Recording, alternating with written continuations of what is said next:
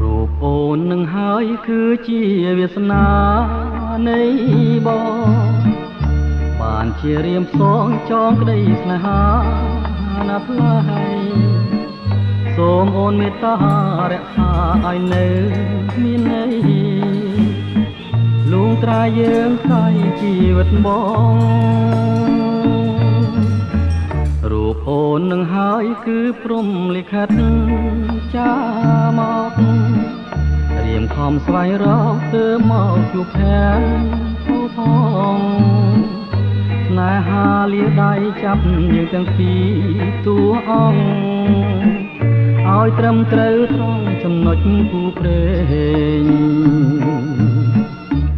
អង្គឲ្យវាសនាខ្ញុំមកធ្វើនិចឡើយឲ្យនាងជាសំលេងហើយស្រីមានរូ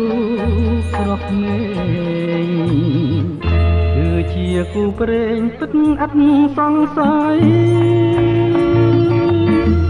រូបអូននឹងហើយឆ្លើយត្រូវត្រង់ក្បួនហោរាទីថាអូនពិតណែបនិតនឹងបងលោកស្រីទទួលបងទៅមិនខំទេពើមានថ្លៃ